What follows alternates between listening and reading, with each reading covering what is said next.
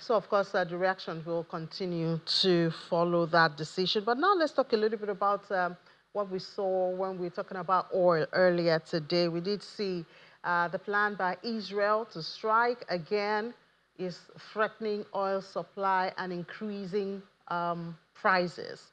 So while on the one hand, that might be positive for Nigeria because Nigeria is largely dependent on the sale of crude. So that means that revenue could increase if it's sustained because, you know, this is the July contract that's at sale at this time. And it's about 2 months, I believe, of the contract. But if it continues to also be on a high, increasing trend, then we might expect a change in the price of pump for petrol especially. But Dangote had told us that as consumers, Nigerians shouldn't be worried because there would be stability in price. I don't know how they hope to do that, but I think we do have someone who can tell us a little bit about that. Mr. Dan Kunle is a business consultant and is right here in the studio. Mr. Kunle, good morning and welcome to the program. Good morning, Madam Ini. How are you? I'm fine, thank you. Yeah. So in a deregulated environment, we expect prices to fluctuate depending on the movement of global crude price. But Dangote Refinery is assuring us there'll be price stability. How do they hope to attain that? Yeah, yes, Madam. Morning and good morning to the audience globally. This issue is continuous. Nigeria is a political economy that is not normal with those international countries we are trying to relate with. Our situation has long been wrongly structured. The economic model we run in the last 40 years, let's say from independence, is the one that is causing all this disequilibrium you are seeing. Otherwise, can you see the contradiction? If the international price of crude oil is going up, you expect in a deregulated market, PMS, or all petroleum product derivatives supposed to go up also. But the contradiction you see here, which makes Nigeria an unusual economy, is that the scale that Dangote Refinery brought to the marketplace is giving him an advantage to reduce the price, even though the crude price internationally is going up. But having said that, he is doing that as a sacrifice, because he will have as well just relate the numbers in accordance with the international price. If crude oil is $65 per barrel, every day or every week, he also supposed to adjust the local price at his gantry in accordance with that trend. But in this case, he decided to remain stable. He does not want to escalate the price of PMS because of the overall effect on the domestic economy. It could be very devastating. Somebody has to be paying for it because it means to be buying more. We know there's a contract, so the crude he's using today, he must have bought it a couple of months back. So we understand that time lag. Yeah. But somebody has to pay for it because he's a businessman. If he's paying more for the crude, then he has to make the money from a place. That's good. You see the matrix, Madam, you need to see the matrix. The cargo he took in March, April are the cargoes that are crystallizing now in May. So the cargo he's going to take in May will crystallize sometimes in July. So if you see the matrix and how the Excel table works, you will see that it's very complex. That is why when I see Nigerians just saying, oh, the price of petrol is supposed to be so low, I will just laugh. If they know all the English that goes in there to make up the final unit price, they will see that only a very careful businessman like Aliko Dangote can work out that. Otherwise, if it remains government refinery, definitely they will be running at a loss. If it is just government refinery, they will be running at a loss, which means government will bond the losses, will bond the brunt. I hope you know what I mean by that, because you said somebody has to pay the price. Exactly. Yes, subsidy comes in. So if you allow a big refinery like Dangote to receive enough crude locally, if at all there is enough locally, because at the moment there is no enough crude locally, because our But we heard production... he just got some crude recently. No, yeah, this is part of the confusions. What is the volume that he got? So even if you need 650,000 barrels, maybe you get just 100,000 or 200,000. You are far away from the reality. So now, but not to miss the point, the issue is that because he has scale, so he can manage. He can manage and just be at equilibrium, not selling at a loss, but not making profit. So that is a big sacrifice for the country. And that is why we are trying to appreciate the listening ears of President Tinubu to allow this regime of Naira for crude to prevail for the time being. That has been it has been reviewed and renewed. And that's what I say it should prevail for the time being until the market is able to adjust at equilibrium level. So it's good that we are having this situation, but we must all realize that if the price of crude goes further, like you just mentioned now that Israel is threatening to create some escalations around the world again.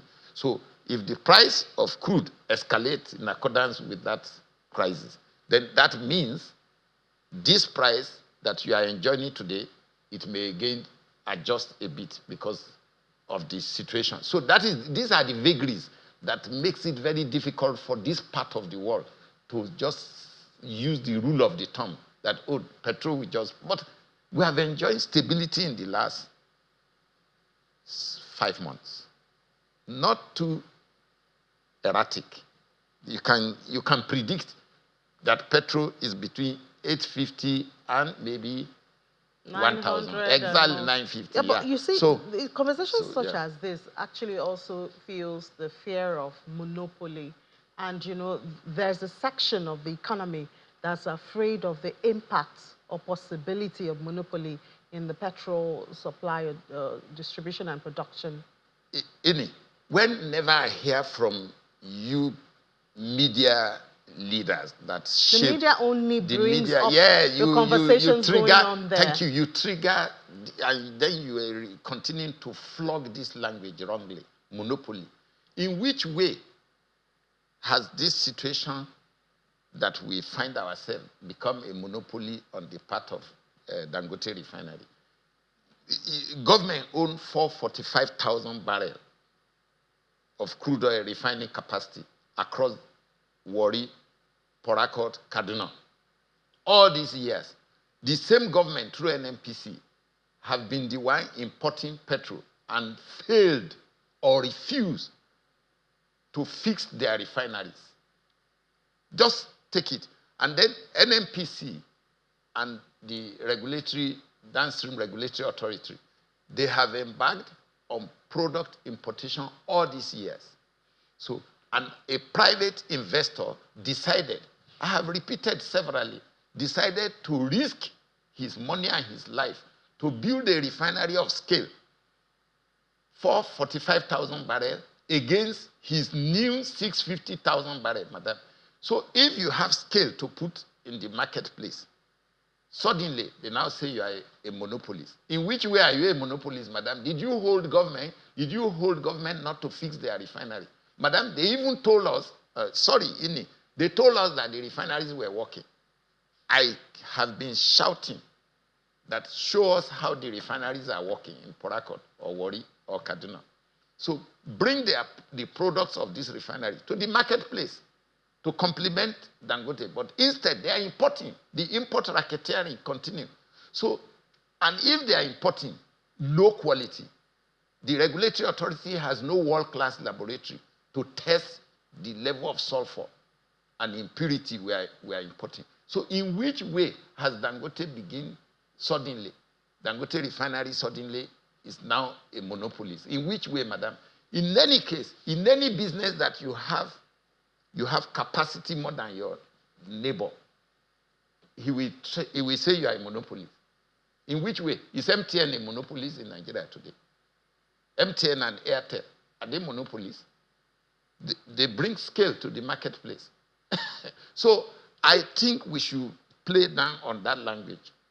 Dangote Refinery is not a monopolist at all. And there is no tendency for that. He's brought in fact, the petrochemical complex now, when it comes, you will see the wonder. This country is just at the verge of industrialization. The country was at the verge of disindustrialization. So the refinery has come to crystallize that Nigeria can be industrialized. So I don't see why this threat of monopolies. I know it might have been fed into the media from the cabal that well, are then the media just petroleum reflects and products. asks questions, of conversations going on. But what about the modular refineries? Aren't they making any impact? Are they not in the picture? Yeah, madam, it's the same language again. INI is the same language. What is modular? Modular, go and check it in engineering. Mini refineries, better language, better qualification so that we don't confuse the country, the audience. The mini refineries, madam, they are small in technology. They are very small. Are they useless? No, they are not useless. Okay, so where should we channel them? What they bring to the market is so Are they significant. contributing in petrol? Very, very small. Or do we say, okay, the modular refineries, for instance, should face some other products that they can easily feed into the ecosystem? Let me give you a typical example if we have luxury of time. If you have 1,000 barrels a day mini refinery somewhere, and the cracker cannot do more than maybe naphtha and some diesel and some low pour fuel and high pour fuel. So it cannot produce petrol pumps. It cannot produce petrol that go to the pumping stations, to where you and me buy. So that is already out of it. So if you have aggregate all the mini refineries in Nigeria, and let's assume they do 20,000 barrels per day, and none of them produces PMS. So it's all diesel, small, within the area they operate. So having said that does not mean Aradel is coming up maybe in a year's time to produce PMS if they are able to get their configuration right. So, but they are not too, they are good, but not, they can't make critical mass impact. That is just the summary. Very small impact they are making, maybe 1-2% impact. We are talking here, madam, of about 35 to 40 million liters of petrol per day. So if somebody is doing just diesel only and naphtha, why are we capturing them to become so important in the conversation? Well, I mean, if they are an existing factor, we need to at least recognize that they are there. But with the trend that we have in the country, and when we look at what's going on with crude, in the global space, what's the picture that you see when you talk about Nigeria's petrol? Let's talk about PMS, because that's the most consumed. I know the diesel is also good for the everyday man now. What do you see as the trend, talking about price stability and supply, the threat coming from Israel and Iran now, our crude for Naira, availability of crude, which has always been in the news.